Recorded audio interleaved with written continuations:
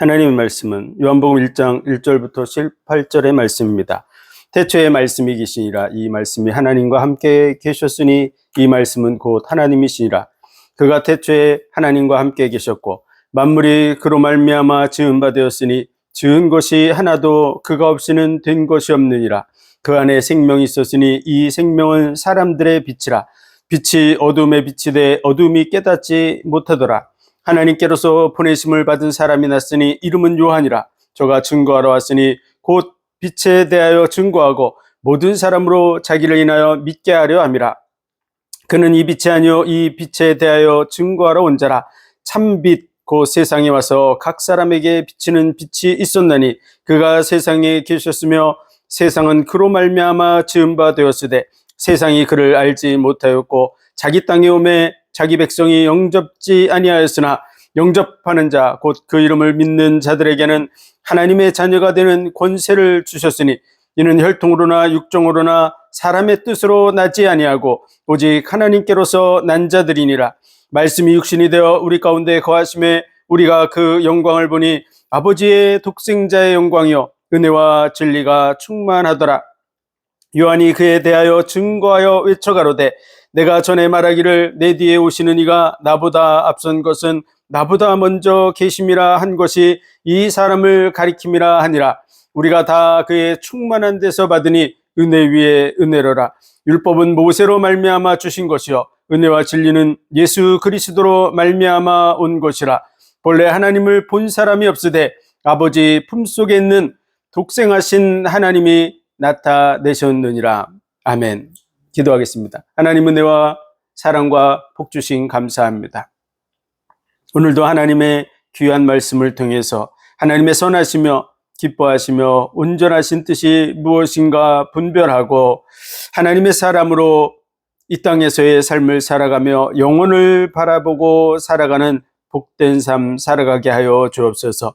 이 복음을 받는 모든 영혼들에게 하나님의 구원의 은혜가 이루어져서 이 복음이 땅끝까지 증거되게 하여 주옵소서. 모든 영광을 주님 받으시기 원하며 예수 그리스도 이름으로 감사하며 기도하옵나이다. 아멘.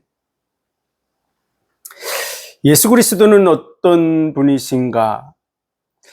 예수 그리스도에 대해서 올바로 이해해야만 온전히 복음을 안다고 말할 수 있습니다. 세상에는 많은 종교가 있습니다. 사람이 사는 날에 날수 100년을 산다 그러면 36,500일입니다. 그런데 전 세계 종교들을 보면 여러 가지 토속신앙 이런 것들을 다 합치면 평생 하루에 하나씩만 알아본다 그래도 다 알아보지 못하고 결국은 이 세상을 떠날 수밖에 없습니다. 그런 속에서 정말 누가 나를 창조하셨는지, 내 인생의 이유가 무엇인지, 또 우리 인생은 반드시 이 땅을 떠나서 갈 수밖에 없는데요. 이 땅을 떠나갈 때 어디로 가게 되는지, 그러니까 왜 이 땅에 태어났고 무엇을 위해서 살아야 되고 어디로 가는지를 제대로 말해주고 있는 그러한 종교, 그 종교를 발견하기는 쉽지 않습니다. 그런 중에 기독교와 이 성경은 특별한 부분을 가지고 있습니다. 그것이 뭐냐 하면 성경과 같은 책이 지구상에 존재하지 않는다는 것입니다. 성경은 언약으로 구성되어 있습니다. 그래서 우리가 성경 그러면 구약, 신약 이렇게 말을 하죠. 구약은 옛 언약이고 신약은 새 언약입니다. 이 약속의 책, 성경책, 이 성경책에 기록된 약속들은 어떤 약속들일까요? 그 약속은 우리를 창조하신 하나님이 인류에게 대해서 하신 약속의 말씀들입니다. 어떤 사람을 믿을 수 있을까요? 그것은 약속을 잘 지키는 사람을 믿을 수 있습니다. 그 약속을 잘 지키는 것을 통해서 신용도를 평가하게 되죠. 그래서 은행의 신용도를 평가하는 기준이 바로 그 약속된 날짜에 입금을 정확하게 해줌으로써 신용도가 점점 올라가는 것을 볼 수가 있습니다. 마찬가지로 사람 중에서도 약속을 잘 지키는 사람, 철저하게 지키는 사람, 그 사람을 믿을 수 있습니다. 얼마나 큰 약속까지도 지켰는가가 그의 믿음의 척도가 될 수가 있죠. 착한 사람이라 그래서 약속을 잘 지키는 것도 아닙니다. 인상이 좋다고 약속을 잘 지키는 것도 아닙니다. 돈이 많다고 약속을 잘 지키는 것도 아닙니다. 그것은 그 사람이 정말 약속을 지키기 위해서 얼만큼 철저하게 자신을 희생하는가에 딸려 있죠. 그런 것처럼 성경의 모든 말씀은 언약으로 구성되어 있습니다. 약속의 책인데 하나님이 인류에게 약속을 하시고 그 약속을 어떻게 역사 속에서 이루어 오셨는가, 그리고 얼만큼 큰 약속까지 지켰는가 하는 부분들이 잘 나타나 있습니다. 그리고 성경은 시작과 끝에 대해서 분명하게 말해주고 있죠. 그래서 진정한 하나님, 진정한 창조주, 진정한 시작과 끝이 되시는 분, 그렇다면 그분이 시작을 정확하게 알고 계신 것 당연한 것이죠. 그리고 그분이 시작이고 그분이 끝이라면, 그분이 알파고 오메가가 맞다면 그분은 끝에 대해서도 정확하게 말씀하실 것입니다. 그런데 성경은 시작과 끝이 분명하게 나타나 있습니다. 아직 이루어지지 않은, 장차 다가올 그 일에 대해서 다 기록이 되어져 있습니다. 그리고 성경의 특별한 부분은 역사와 함께 한다는 것입니다. 성경에 기록된 모든 나라들, 민족들, 이런 부분들이 지금도 고고학적으로 많이 발견되고 확인이 되고 있습니다. 그래서 성경에 있던 나라들이 실제로 존재했었다는 부분에 대해서 거부하고 부정하는 사람은 아무도 없습니다. 그리고 성경에 나와 있는 인물들이 실존 인물이라고 하는 것을 알 수 있습니다. 세계 역사에 민족의 그런 뿌리들을 찾아 올라가면 그 뿌리들을 통해서 성경에 나타난 인물들이 그 조상이 되었다는 것을 알 수가 있습니다. 그래서 사람을 한 혈통으로 만들었다고 하는 그 말씀대로 과학적으로도 인간은 한 혈통에서 났다는 것에 대해서 인정하고 있죠. 그래서 그런 부분들이 아주 과학적일 뿐만 아니라 성경에는 많은 계보들이 주어져 있습니다. 족보라고 할 수 있는 이런 계보들이 나타나 있는데, 우리도 우리 조상이 누군지 그것을 알 수 있으려면 우리 족보들을 살펴보면 누가 우리의 시조였는지 알 수 있죠. 그와 마찬가지로 성경에는 많은 족보들이 기록돼서 그 인물들이 실존했던 사람들이라는 그 부분을 잘 증거해 주고 있습니다.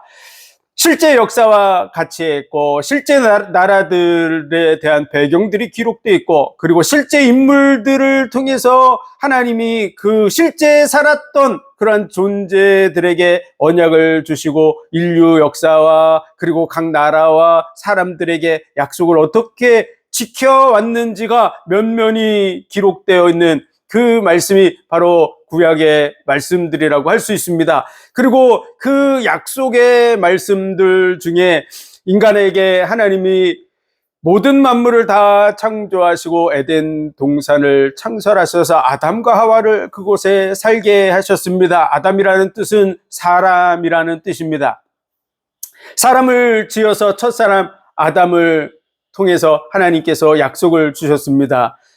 너희가 모든 실과를 임으로 먹되 선악을 알게 하는 나무의 실과는 먹지 말라, 먹으면 정령 죽으리라고 말씀해 주셨죠. 그래서 모든 실과들을 마음대로 먹을 수 있도록 하나님이 허락해 주셨습니다. 그러나 선악을 알게 하는 나무의 실과는 먹지 말라고 금하셨습니다. 그런데 에덴 동산에 아담과 하와가 있을 때 뱀이 찾아왔는데요. 그 뱀의 정체를 요한계시록 9장 12절에 밝혀주고 있습니다. 옛뱀, 마귀라고도 하고 사탄이라고도 하며 온 천하를 꿰는 자라, 마귀 사탄이 그 속에 역사하고 있다는 사실을 잘 증거해 주고 있습니다. 에덴 동산에 뱀이 찾아와서 하와를 속였는데요. 선악을 알게 하는 나무의 실과를 먹는 날에 죽지 않는다고 말한 것이죠. 그리고 눈이 맑아서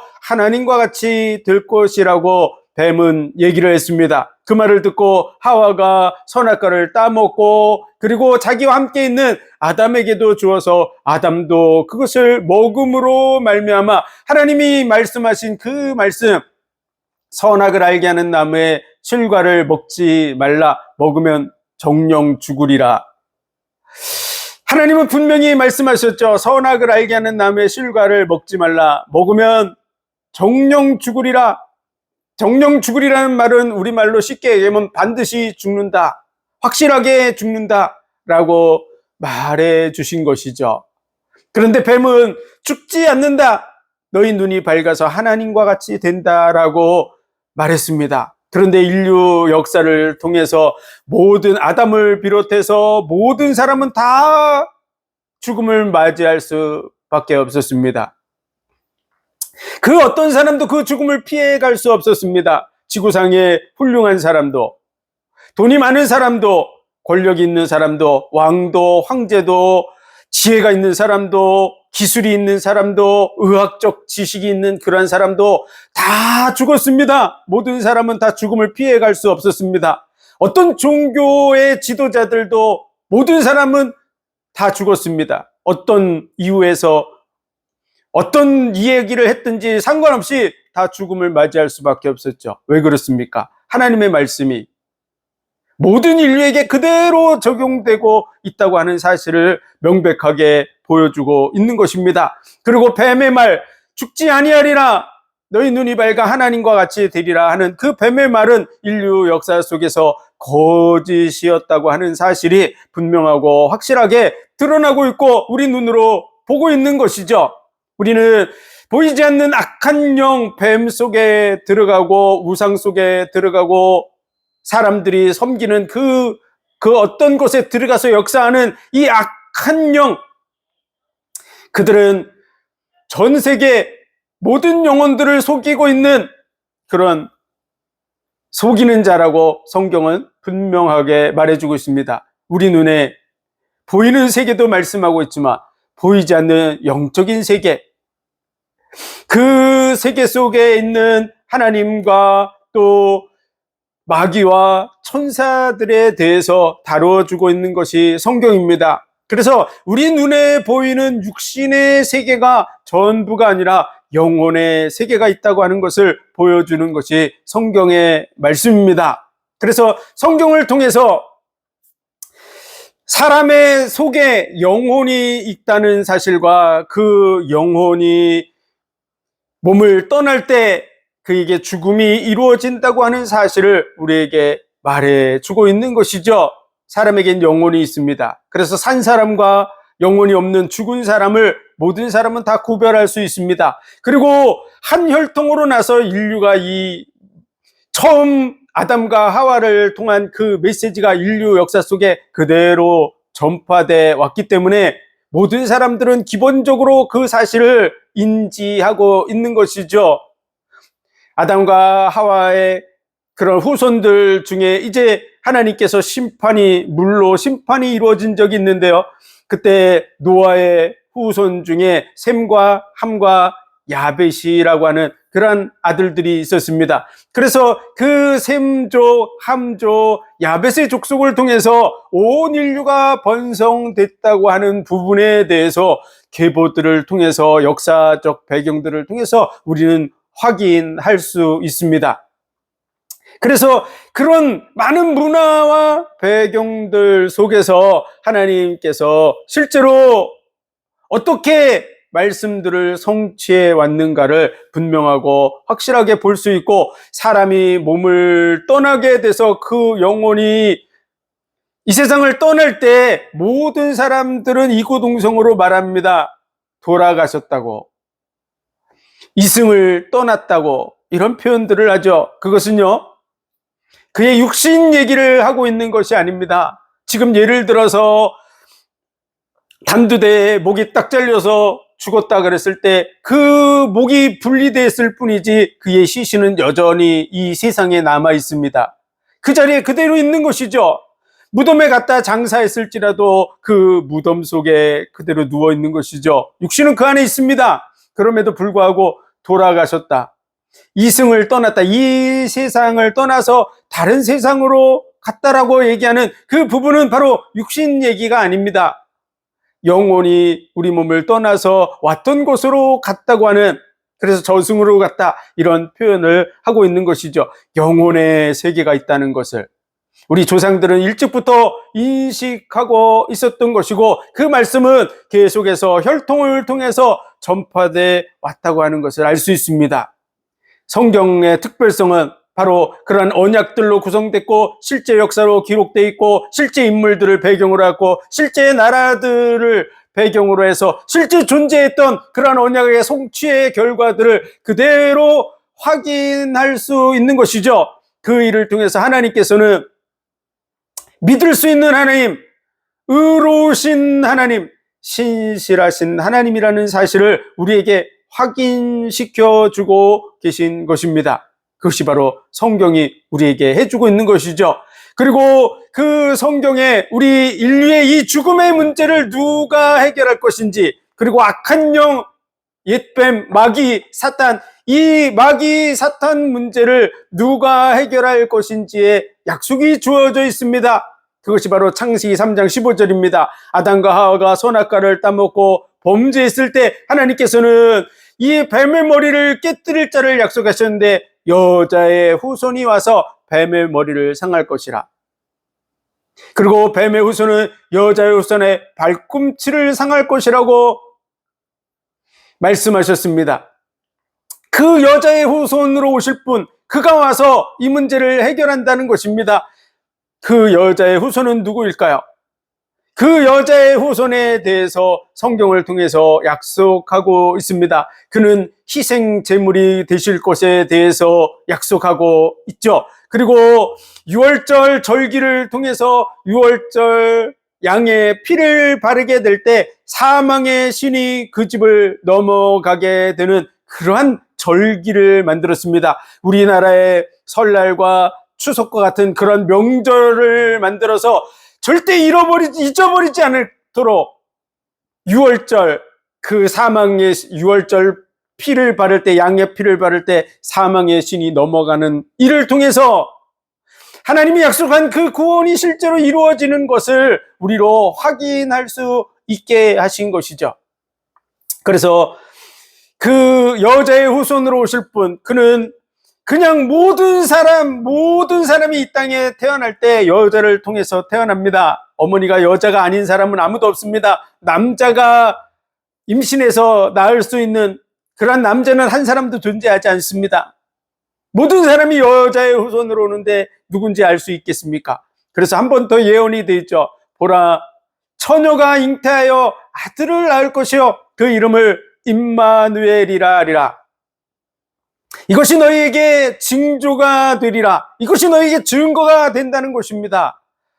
그것은 모든 처녀라는 이름을 단 사람들이 낳은 아기라 그러면 지구상에 얼마나 많습니까? 이름만 명목상으로 처녀라고, 나는 아직 결혼하지 않았어요 라고 말할지라도 남자를 아는, 남자를 통해서 남자의 씨를 받아서 아기를 낳은 사람은 처녀가 아닙니다.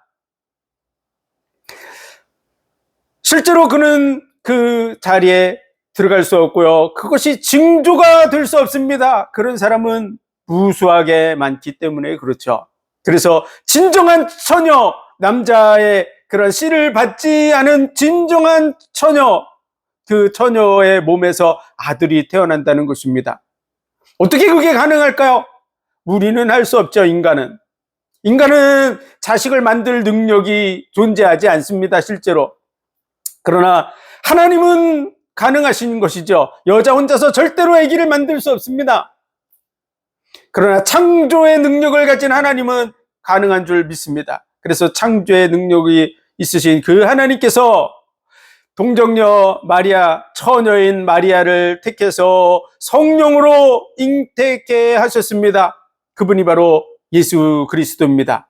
그래서 그 이름을 임마누엘이라, 하나님이 우리와 함께 하신다.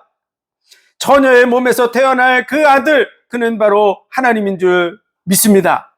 그래서 하나님이 우리와 함께하는 그 증거가 바로 처녀 몸에서 나시는 분입니다. 그리고 그 나실 곳이 하나님이 약속하셨습니다. 베들레헴 에브라다야, 유대의 고을 중에 작을지라도 이스라엘을 다스릴 자가 내게로 나올 것이라. 그는 상고의 태초이니라. 상고부터 계셨던 분, 태초부터 계셨던 분, 모든 만물을 창조하신 그 창조주 하나님이 사람의 몸을 입고 베들레헴에서 날 것이라고 약속을 주신 것이죠. 그래서 그 약속대로 마리아가 임신해서 가이사 아구스토라고 하는 로마의 황제 호정령에 의해서 각자 고향으로 돌아가서 본토로 돌아가서 호적하라고 하는 그 명령에 따라서 멀리 나귀를 타고 이동해서 만삭이 된 그 여인이 베들레헴에 가서 아기를 낳는 것입니다.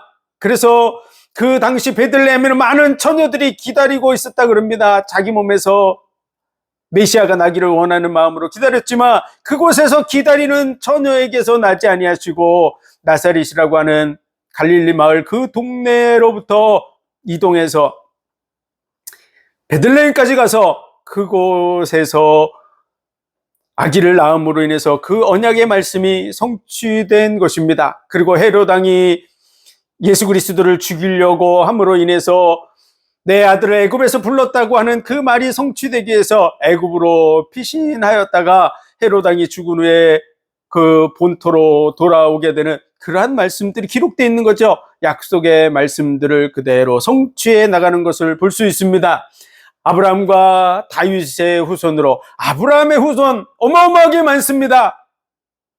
이삭 한 사람만이 아브라함의 후손이 아닙니다. 이스마엘도 있고 그두라라고 하는 여인을 통해서 난 그러한 자녀들도 많이 있습니다. 그 중에서 이삭으로부터 나서 그 계보가 계속 이어지는데 요셉, 이스라엘이라고 하는 이름을 가진 이스라엘, 야곱의 후손 중에서도 유다의 혈통 속에서 다윗의 혈통, 그런 많은 과정을 거쳐서 그 계보가 정확하게 지적되고 있는 것이죠. 그래서 이새의 뿌리에서 한 싹이 나서 결실하게 될 것이다. 그는 전능하신 아버지여 영존하시는 아버지라고, 전능하신 자여 영존하시는 아버지라고, 전능하신 하나님, 그분이 이새의 뿌리에서 날 거라고. 이새는 바로 다윗 왕의 아버지입니다.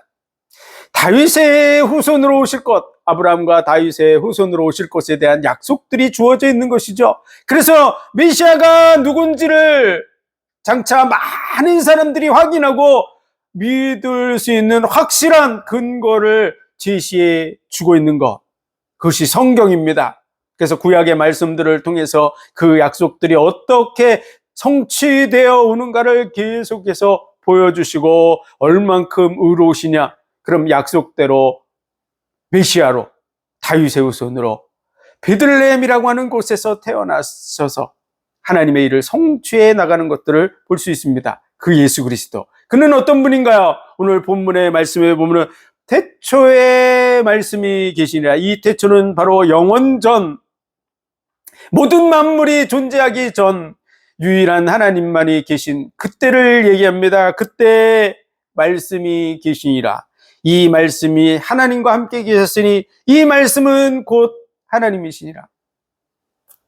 이 말씀이 계셨는데 이 말씀은 하나님이라고 말씀하고 있습니다. 그가 태초에 하나님과 함께 계셨고 만물이 그로 말미암아 지은 바 되었으니 지은 것이 하나도 그가 없이는 된 것이 없느니라. 그는 만물을 창조하신 분이라고. 태초에 말씀이 계셨고 그분은 하나님과 함께 계셨는데 그분은 만물을 지으시되 하나도 그가 없이 된 것이 없다고 말씀하고 있는 것이죠. 그분은 누굽니까? 바로 하나님이라고 말씀하고 있는 것입니다. 그 말씀이 육신이 되어서 우리 가운데 오셨다고 말하고 있습니다. 14절에 보면 말씀이 육신이 되어 우리 가운데 거하심에 우리가 그 영광을 보니 아버지의 독생자의 영광이요 은혜와 진리가 충만하더라. 말씀이 육신이 되어서 우리 가운데 오셨습니다. 그분이 누구일까요? 육신을 입고 오신 예수 그리스도입니다. 그래서 이 예수 그리스도에 대해서 18절에 보면 본래 하나님을 본 사람이 없으되 아버지 품속에 있는 독생하신 하나님이 나타내셨느니라. 하나님을 본 사람이 아무도 없는데 그 하나님을 나타내시는 분이 계신데 그분은 누구냐? 말씀이 육신이 되어서 오신 독생하신 하나님 예수 그리스도라고. 성경책을 첫 장을 딱 피는 순간에 첫 구절에 적혀 있는 말씀이 태초에 하나님이 천지를 창조하시니라 이렇게 말씀하고 있습니다. 태초에 하나님이 천지를 창조하시니라. 이 태초는 천지를 창조하시는 태초입니다. 모든 만물이 시작되는 그 태초에 하나님이 천지를 창조하신다고 말하고 있는 것이죠. 요한복음 1장에 나오는 태초는 영원전부터 계시는 그 태초를 말합니다. 그 시작, 근원적인 시작의 태초, 그때부터 하나님이 계셨죠. 그리고 하나님이 천지를 창조하실 때 그때 창세기 1장 1절에 태초에 하나님이 천지를 창조하시니라. 하나님이 천지를 창조하셨다고 분명하게 말씀하고 있습니다. 그 하나님 누굴까요? 그분 바로 예수 그리스도라고 말해주고 있고 구약의 모든 말씀들을 살펴보면 여호와 하나님이라고 말씀하고 있습니다. 만물을 지으신 여호와라고, 그가 없이는 된 것이 없다고 분명하게 적혀져 있습니다. 그는 만물을 지으시되 헛되이 창조치 아니하시고 사람이 거하게 하시려고 지으셨다고 이사야 45장 18절에 기록하고 있습니다. 네, 한번 찾아보겠습니다. 이사야 45장 18절입니다. 봉독해드립니다. 여호와는 하늘을 창조하신 하나님이시며 땅도 조성하시고 견고케 하시되 헛되이 창조치 아니하시고 사람으로 거하게 지으신 자신이라. 그 말씀에 나는 여호와라, 나 외에 다른 이가 없느니라. 여호와 하나님이 천지 만물을 창조했다고 기록되어 있습니다. 여호와는 하늘을 창조하신 하나님이시며 땅도 조성하시고 견고케 하시되 헛되이 창조치 아니하시고 사람이 거하게 지으신 자니라. 그 말씀에 나는 여호와라, 나 외에 다른 이가 없느니라. 천지를 창조하신 하나님 누굽니까? 구약의 말씀들을 끊임없이 읽어보면 천지를 창조한 하나님이 여호와 하나님이라는 사실을 알 수 있습니다. 그런데 그 여호와는 성부 하나님입니다. 아버지 하나님이시죠. 예수 그리스도는 어떤 분입니까? 성자 되시는 하나님이십니다.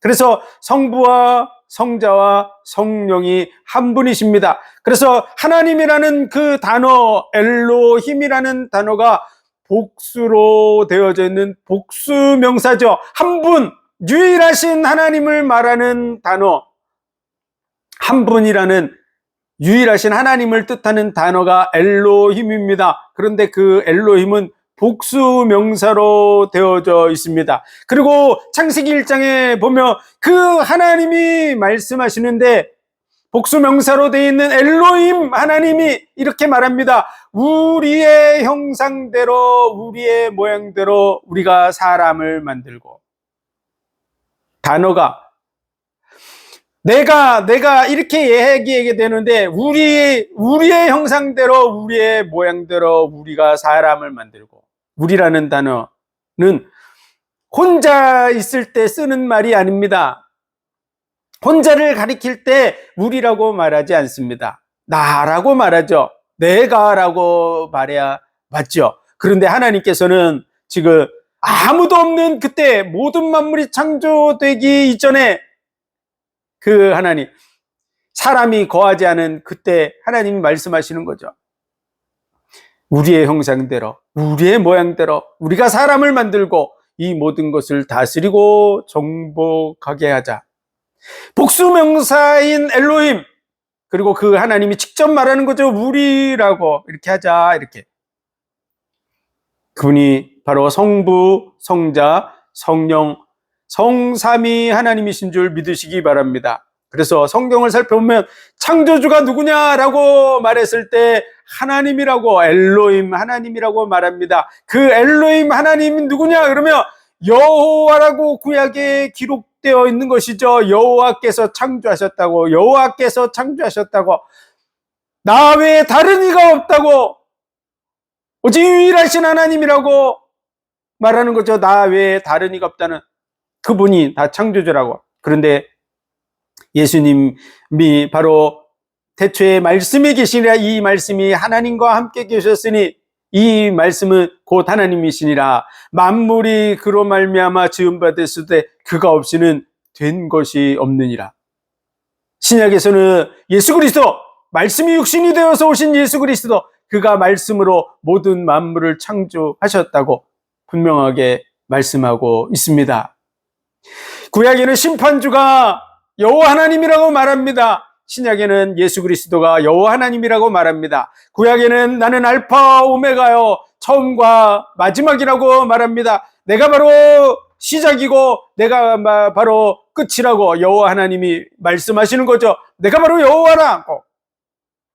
그런데 신약에서는 예수 그리스도가 나는 처음이요 마지막이라고 말해주고 있는 것이죠. 그분이 시작이고 그분이 끝입니다.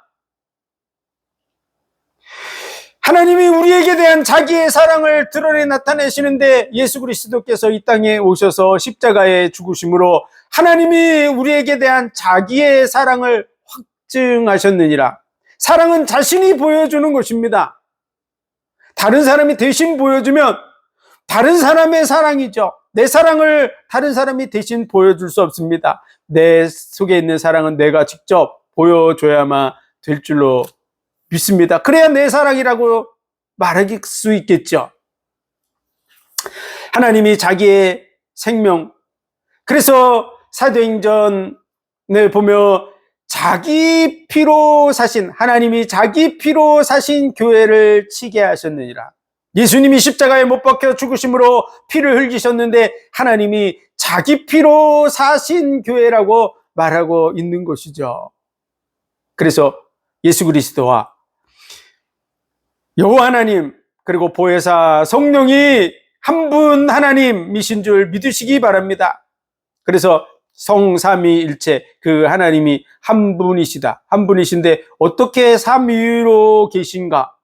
그 부분에 대해서 그의 거하는 그 형태가 다른 부분에 대해서는 우리 인간의 지성으로는 이해할 수 없는 것이죠. 예수님께서 세례를 받으셨을 때 성부 하나님이 위에 계셨습니다.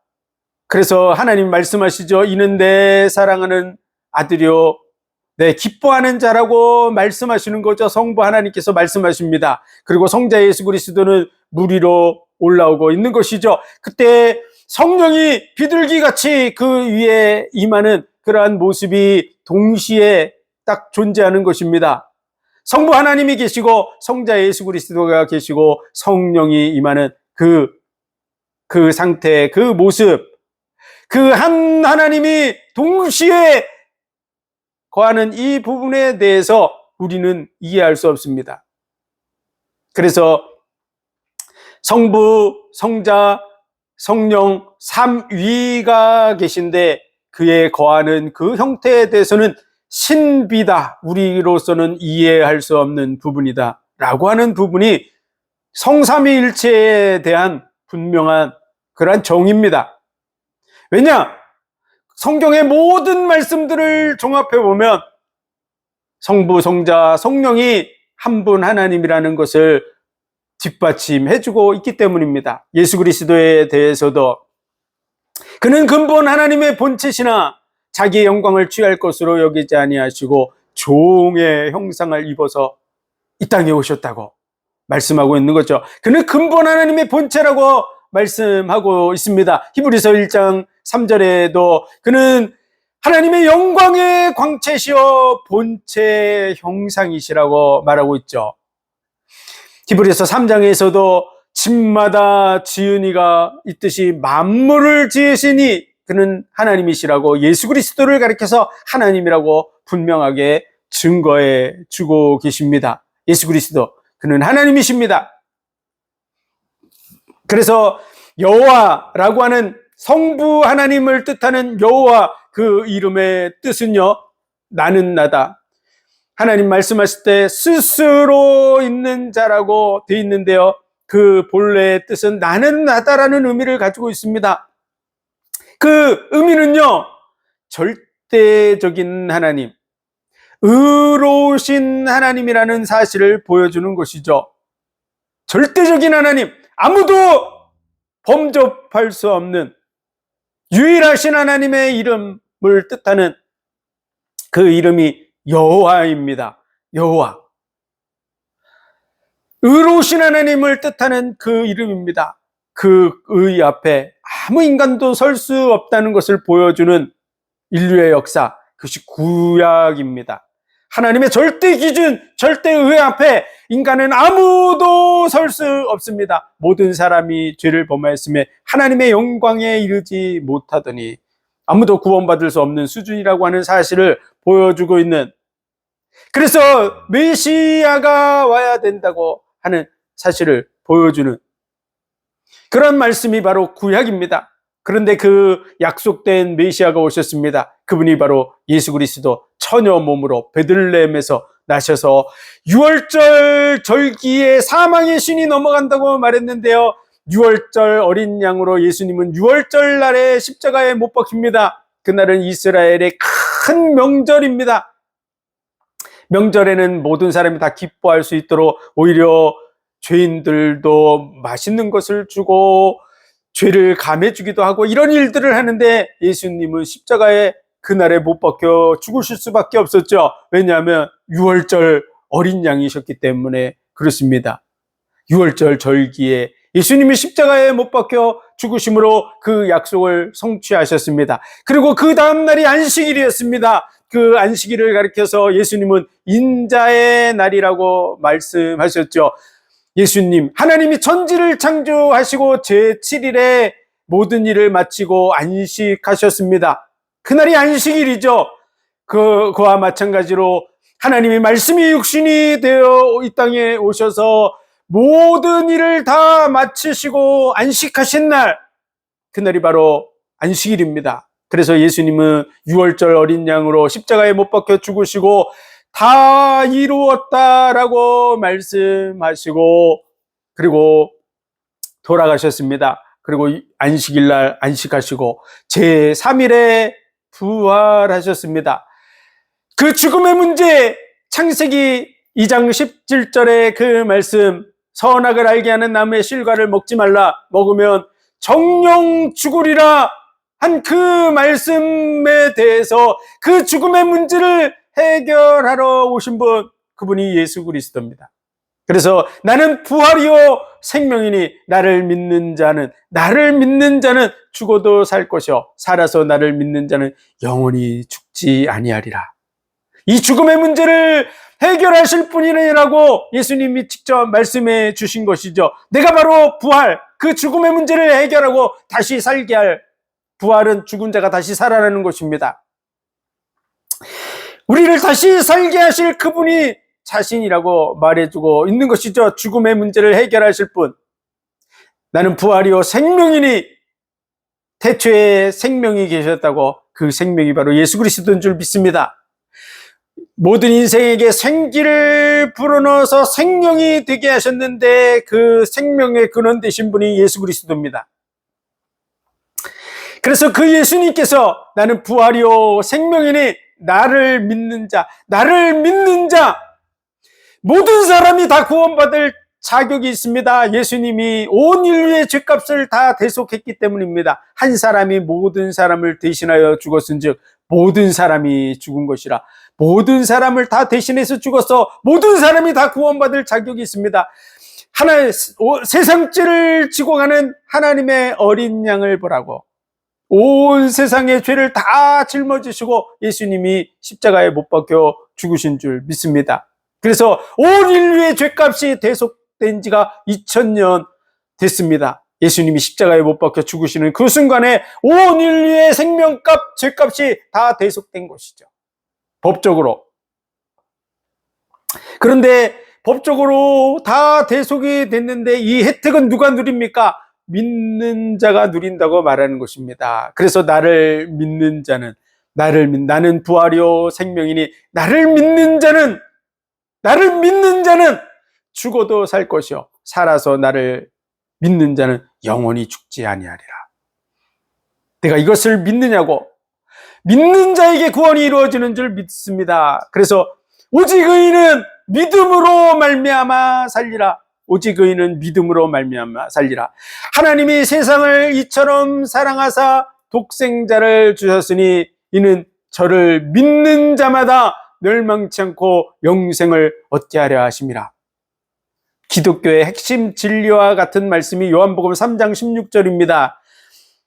하나님이 세상을 이처럼 사랑해서 구원 얻을 길을 주셨는데 독생자를 대신 내어주셨습니다. 그 독생하신 하나님이 우리 대신 죽으신 것이죠. 죄 문제에 대해서 하나님이 약속하신 것을 스스로 없던 것으로 하자고 해서 그 의를 무너뜨리지 아니하시고 그 의를 하나님이 말씀하신 그 정령 죽으리라고 한 문제를 해결하기 위해서 누군가 대신 죽는 그 일을 정하셨는데요. 그게 바로 희생 제물입니다.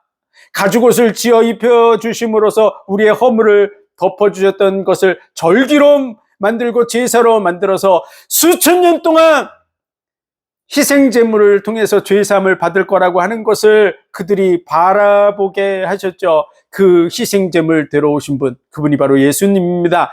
그것은 하나님이 우리의 죄를 대신 짊어지시는 것을 말해줍니다.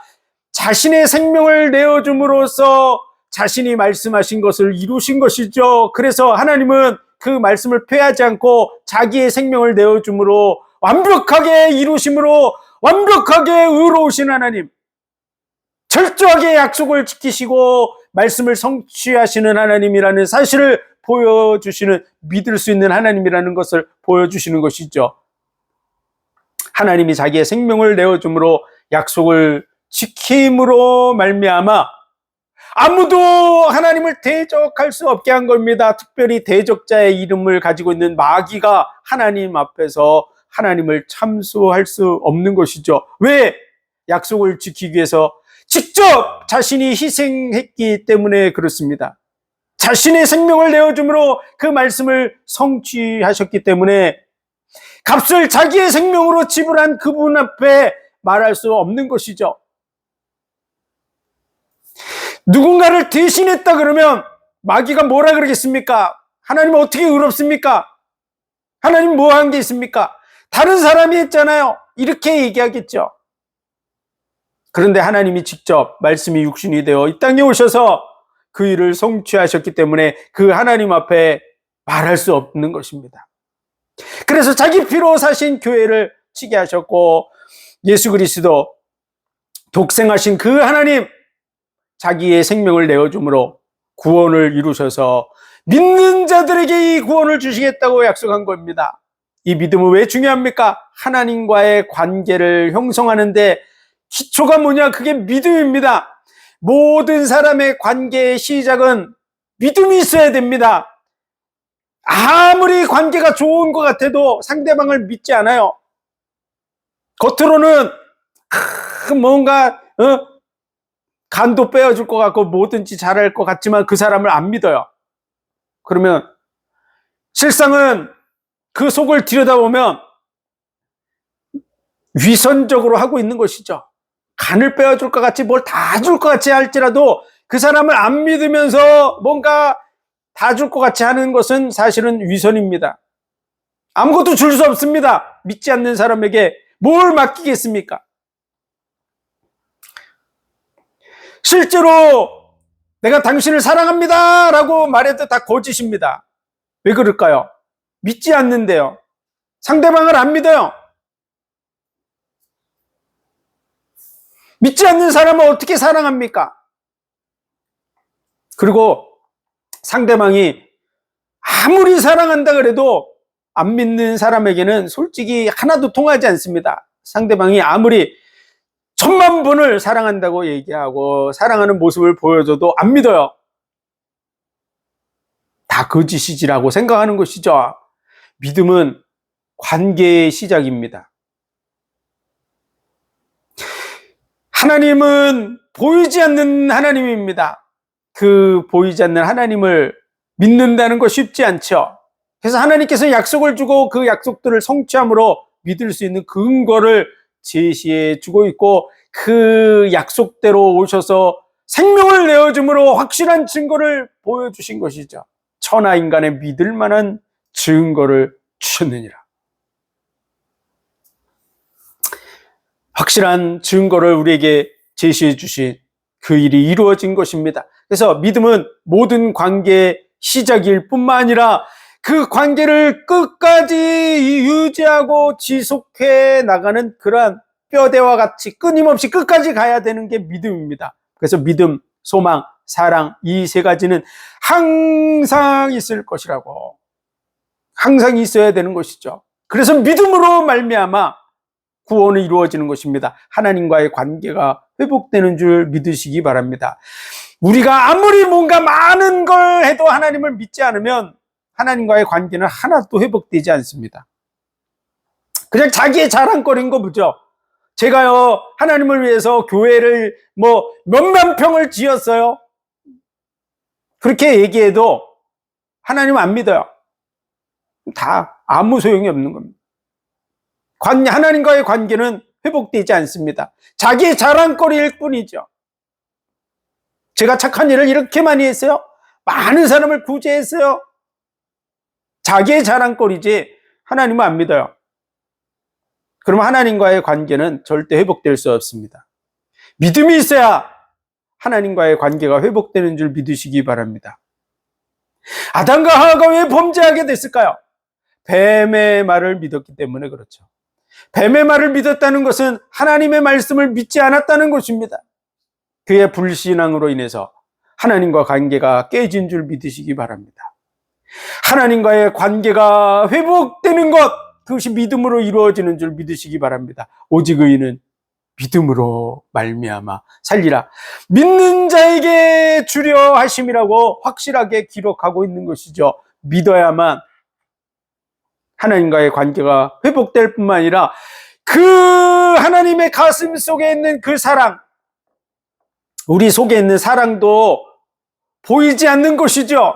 아무리 표현해도 믿지 않으면 그 속에 있는 사랑을 끄집어내 보여줄 수는 없습니다. 내가 아무리 금은보화로 선물을 하고 내 재산을 다 털어서 줘도 상대방이 안 믿어요.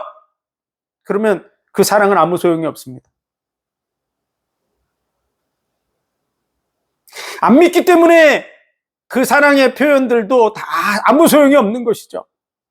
나를 잡아먹으려고 저러겠지, 이렇게 생각하는 거죠. 속으로는 뭔가 나에게 뜯어먹을 게 있나 보지, 이렇게 생각하는 것이죠.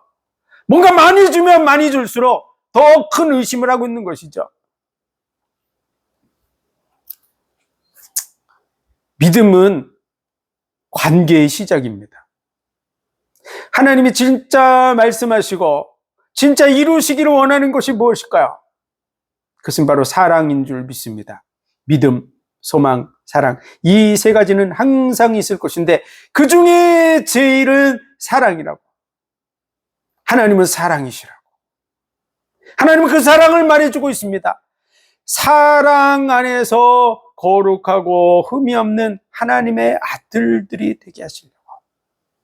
사랑 안에서 거룩하고 흠이 없는 그 사랑을 진짜 100% 받아들여서 그 사랑 안에서의 관계가 온전하게 이루어지는 것을 말해주고 있는 것이죠.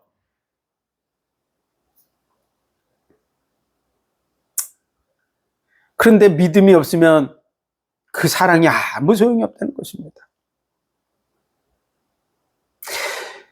보이지 않는 하나님을 겉으로 탁 보여주면 많은 사람이 믿겠죠. 근데 그것은 사실은 믿음이 아닙니다. 두려워서 자신이 봤으니까 받아들이는 것이죠. 우주 가운데 하나님이 확 나타나시는 거예요. 달을 옆으로 이렇게 싹 밀어내면서 하나님이 우주 하늘 가득 쫙 찬란한 빛과 함께 하나님이 쫙 모습을 보여주면 모든 사람들이 다 하나님을 받아들이겠죠. 근데 그것은 하나님의 실상이 아닙니다. 그분의 중심을 받아들인 게 아니죠. 껍데기를 지금 보고 놀라는 것입니다. 그래서 그런 껍데기의 모습, 외형적인 모습을 형상으로 만들고 그림으로 그리고 그래서 그것을 섬기는 것을 하나님은 하나도 기뻐하지 않습니다. 그래서 새긴 우상을 만들지 말라 그런 것이죠. 왜? 겉모습을 섬기는 것이죠. 그분과 인격적인 관계를 맺은 것이 아닙니다. 그분과의 믿음 관계가 회복된 게 아닙니다. 그 어마어마한 위상에 눌려가지고 두려워서 벌벌 떨므로 받아들이는 그런 형태인 것이죠. 그리고 인간이 어떤 형상을 보고 만들어 놓으면 그 속에는 악한 영, 마귀, 귀신이 들어가서 역사하기 때문에 하나님은 새긴 우상을 만들지 말라고 말씀하신 것입니다. 그분과 인격적인 관계를 맺기를 원하는 거야. 사랑 관계를 맺기를 원하시는 줄 믿습니다. 그래서 하나님이 약속을 주시고 그 약속대로 말씀이 육신이 되어서 아들의 형상으로 종의 형상을 입어서 이 땅에 오셔서 자기의 핏값으로 우리를 구속하시고 하나님이 우리에게 대한 자기의 사랑을 확증해 보여주셔서 믿을 수 있는 근거를 보여주시는 것입니다. 그 사랑을 받아들이게 하는 것이죠. 믿을 수 있는 하나님, 그 하나님이 생명을 내어주기까지 약속을 지키면서 그 사랑, 아가페의 사랑, 생명을 내어주기까지 하시는 그 온전한 사랑, 죽음보다 강한 사랑, 많은 물이 끌 수 없고 온 가선을 다 주고도 바꿀 수 없는 그 사랑을 확실하게 우리에게 증거해 보여주신 분, 그분이 바로 예수 그리스도인 줄 믿습니다. 그래서 예수라는 그 이름은 자기 백성을 저희 죄에서 구원할 자라는 이름입니다. 자기 백성을 저희 죄에서 구원할 자, 구원자라고 하는 이름을 가진 그 이름이 바로 예수입니다. 그 이름은 바로 사랑의 하나님의 이름입니다. 구약 여호와 하나님, 나는 나다. 절대적인 하나님, 의의 하나님의 모습을 보여주는 그분 앞에 우리 인생은 아무도 설 수 없습니다. 그분의 의 앞에 아무도 설 수 없습니다. 그러나 자기 백성의 죄를 대신 짊어지시고 구원하실 그 사랑의 하나님의 이름 앞에 우리가 서는 줄 믿습니다. 하나님의 사랑 앞에 설 때만 우리는 두려움이 없어집니다. 용서받을 수 있습니다. 그리고 자녀의 관계, 사랑의 관계가 되어질 수 있습니다. 두려움의 자리에 서서 어떻게 자녀 관계가 됩니까? 어떻게 사랑이 이루어집니까? 난 너를 사랑해 그러면서 시퍼렇게 갈린 칼을 목에다 떼고 너도 나를 사랑한다고 말해봐. 그러면 그 사람이 나도 당신을 사랑합니다 이렇게 말하면 사랑 관계가 이루어집니까? 말도 안 되는 것이죠. 두려워서 지금 벌벌 떨면서 말하는 그 속에 사랑이 싹트겠습니까? 사랑의 관계는 두려움 속에서 이루어질 수 없습니다. 사랑의 관계는 사랑 속에서 이루어지는 것이죠. 하나님의 사랑을 받아들이고 그 사랑 안에 들어갈 때, 그 안에 거할 때 사랑이 싹트고 사랑이 자라고 사랑의 관계를 맺는 줄 믿습니다. 두려움, 나는 너를 사랑해 하는데 시퍼런 칼을 들여대고 너도 나를 사랑하냐고 부르면 그 사랑은 안 이루어지는 거야. 이루어질 수가 없어요. 두려움에서 죽을까봐 벌벌 떠는 사람이 말하는 사랑은 믿을 수 없습니다.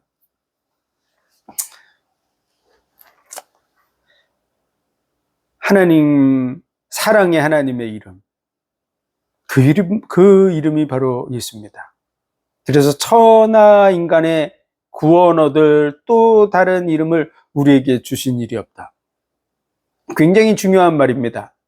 여호와 하나님의 이름도 진정한 하나님의 이름 맞습니다. 여호와. 성부 하나님의 이름이 여호와죠. 그런데 그 이름으로 구원받지 않습니다.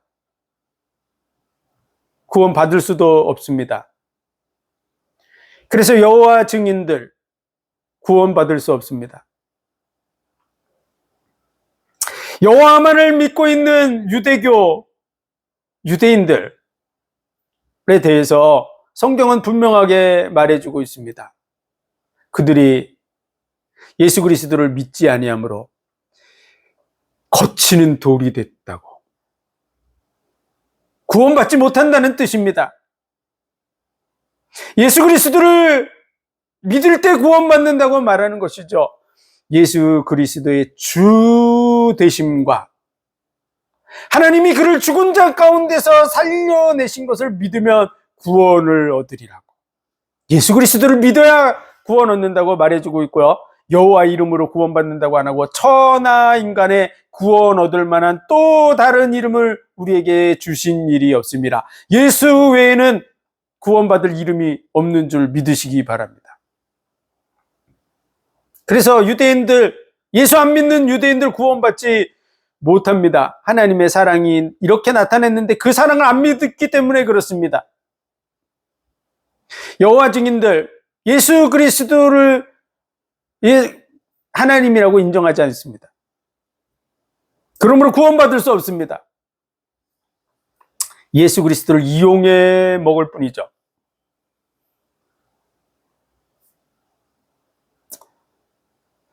성부, 성자, 성령, 이분이 한 분이시고 우리를 구원하시기 위해서 말씀이 육신이 되어서 종의 형상을 입어 사람의 모습으로 이 땅에 오셔서 우리의 죄를 짊어지시고 십자가에 못 박혀 죽음으로 말씀들을 성취하시고 우리에게 대한 사랑을 확증해 보여주신 줄 믿으시기 바랍니다. 그리고 그 죽음을 이기고 부활함으로 말미암아 사망 권세를 잡은 마귀의 권세를 깨뜨리시고 우리에게 구원의 복을 허락해 주신 줄 믿으시기 바랍니다. 그리고 보혜사 성령은 스승으로 있는 것이죠. 우리를 가르쳐 주십니다. 죄에 대해서, 의에 대해서, 심판에 대하여. 죄는 예수님을 믿지 않는 것이 멸망받을 죄라고 말해주고 있습니다. 의라고 하는 것은 예수 그리스도를 믿는 것이 구원받을 의라고 말해주고 있는 것이죠. 심판에 대하여라 하면 이 세상 임금이 벌써 심판을 받았다고, 마귀 권세가 다 끝났다고 성령은 가르쳐 주신다고, 예수 그리스도를 확실하고 분명하게 증거해 주시는 분, 그분이 성령입니다. 그래서 성령 받으면 특징이 있는데 내 증인이 되리라. 진짜 성령 받은 사람이 확실한가 아닌가 보면 그가 예수님을 늘 얘기하고 있는가, 자기가 이 세상에서 잘나고 많은 능력을 행하고 뭐 이런 거 자랑하면 성령이 아닐 가능성이 많습니다. 성령은 죄에 대해서, 의에 대해서, 심판에 대해서, 예수 그리스도가 어떤 분이라고, 그리고 이 구약의 성막 속에서 성령을 뜻하는 7금초 때는 떡상을 비추고 있습니다. 예수 그리스도의 십자가의 죽으심을 통해서 그 살과 피, 내 살은 참된 양식이요 내 피는 참된 음료라고, 내 살을 먹고 내 피를 마시는 자는 영생하리라고. 그래서 그 7금초 때 불빛은 그 떡상을 쫙 비춰서 떡상을 바라보게 하고 있는 것이죠. 예수 그리스도의 십자가를 늘 증거하고 예수 그리스도와 그 십자가를 증거하는 사람인가 아닌가를 보면 그가 성령의 사람인지 아닌지를 알 수 있습니다. 깊이 들어가면, 제가 이렇게 교회에 헌신하고 헌금을 많이 했더니 하나님께서 사업의 복을 주셔가지고 그 자기가 자랑하고 사업 성공한 자랑하는 그런 부분이라면 예수 증인이 아닐 수도 있습니다. 우리는 잘 살펴봐야 됩니다. 정말 성령을 받았다 그러면 성령은 어디 가든지 예수 얘기를 해주기를 원하고요. 왜 그럴까요? 하나님을 믿기를 바라는 거야. 하나님의 가슴 속에 있는 그 사랑이 화답돼서 그 사랑의 관계가 회복되기를 원하고 계십니다. 그게 하나님이 원하시는 거야. 그래서 그 일을 이루시는 분, 그분이 성령인 줄 믿습니다. 그리고 내가 하나님의 자녀라고 성령께서는 증거한다고. 예수 믿는데 하나님의 자녀라는 게 안 믿어지고 예수 믿는데 하나님의 나라를 유업으로 받을 자라고 성령이 말한다고 말씀하고 있는데 하나님의 나라에 들어갈지 안 들어갈지, 나 예수 믿는데 내가 천국에 갈지 안 갈지 나 확신이 없어. 그렇다면 깊이 따져봐야 됩니다. 성령이 우리 속에 계시다면 그분이 내가 하나님의 자녀인 것을 증거하시고 하나님의 나라를 유업으로 이을 자라고 말해준다고 말합니다. 그래서 성부, 성자, 성령이 하나님이시고 그 중에 예수 그리스도는 우리를 구원할 여호와 하나님이 말씀이 육신이 되어서 오신 사랑의 하나님이라는 사실을 우리는 확실하고 분명하게 붙들어야 될 줄로 믿습니다. 예수님, 그러면 하나님, 성삼위 하나님 중에 사랑의 하나님의 모습을 보여주는 그 이름 예수. 예수 이름을 믿습니까?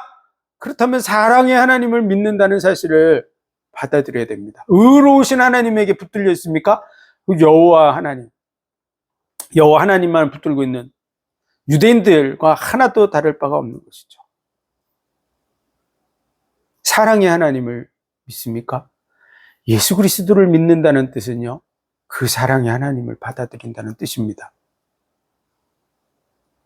우리는 성부, 성자, 성령, 이 삼위일체 하나님을 다 믿어야 됩니다. 그 중에서도 구원 얻을 유일한 이름, 그 이름이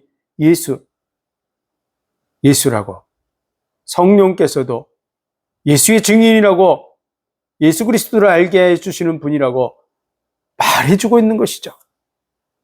나 자신을 깊이 살펴봐야 될 줄로 믿습니다. 내가 가진 신앙이 정말 예수 그리스도 위에 세워져 있는가? 아니면 여호와 위에 세워져 있는가? 확실한 믿음을 가지고 승리하시기를 주의 이름으로 축원드립니다. 기도드리겠습니다. 하나님 은혜와 사랑, 복 주신 감사합니다. 말씀이 육신이 되어서 우리 가운데 오셔서 우리에게 대한 사랑을 확증해 보여주신 줄 믿습니다. 그 이름 예수 그리스도. 예수 그리스도와 십자가를 늘 묵상하고 그 은혜 속에서 하나님과의 사랑의 관계, 그 사랑을 믿음으로 온전히 받아들이고 하나님과의 사랑의 관계가 온전히 이루어져서 거룩하고 흠이 없는 하나님의 아들들이 되어져 가게 하여 주옵소서. 모든 영광을 주님 받으시기 원하며 예수 그리스도 이름으로 감사하며 기도하옵나이다. 아멘.